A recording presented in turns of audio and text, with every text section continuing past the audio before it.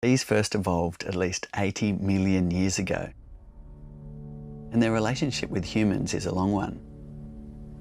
Stone Age people used to collect honey from wild bees, and there's evidence to suggest that we started domesticating bees at least 9,000 years ago. There are around 20,000 species of bees in the world. Many of them are solitary bees, which means they don't form colonies. But the European honeybee, or Apis mellifera, lives in colonies often 50,000 strong. In the colony there are 3 different types or castes of bee: the queen, the workers,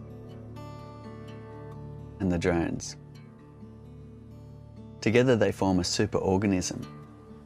Each individual has specific roles to play and cannot survive for long if orphaned from the hive. The queen is the largest bee in the hive, and she can live for up to 6 years.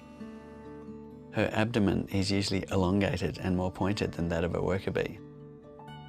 As she moves around the hive, the other bees will often turn to face her, as she's emitting pheromones that let them know that she is their queen. Normally there's just one queen in a hive, and she can lay up to 2,000 eggs per day. These hatch into larvae, which then turn into pupae, and then emerge as a young bee ready to play its role in the colony. Most bees in a hive are worker bees, who are all female. A healthy colony has up to 50,000 worker bees.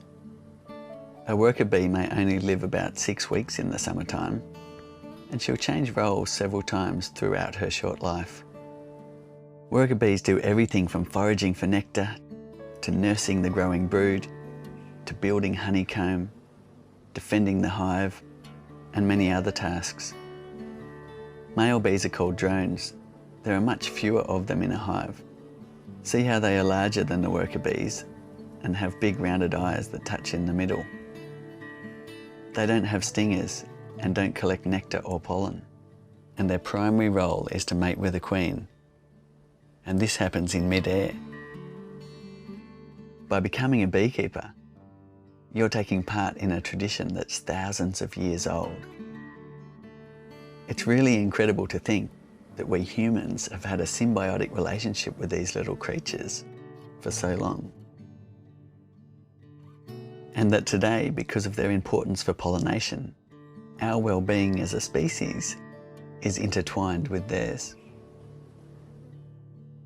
In other videos, we'll be going into more detail about each type of bee and all the fascinating things they get up to inside and outside the hive.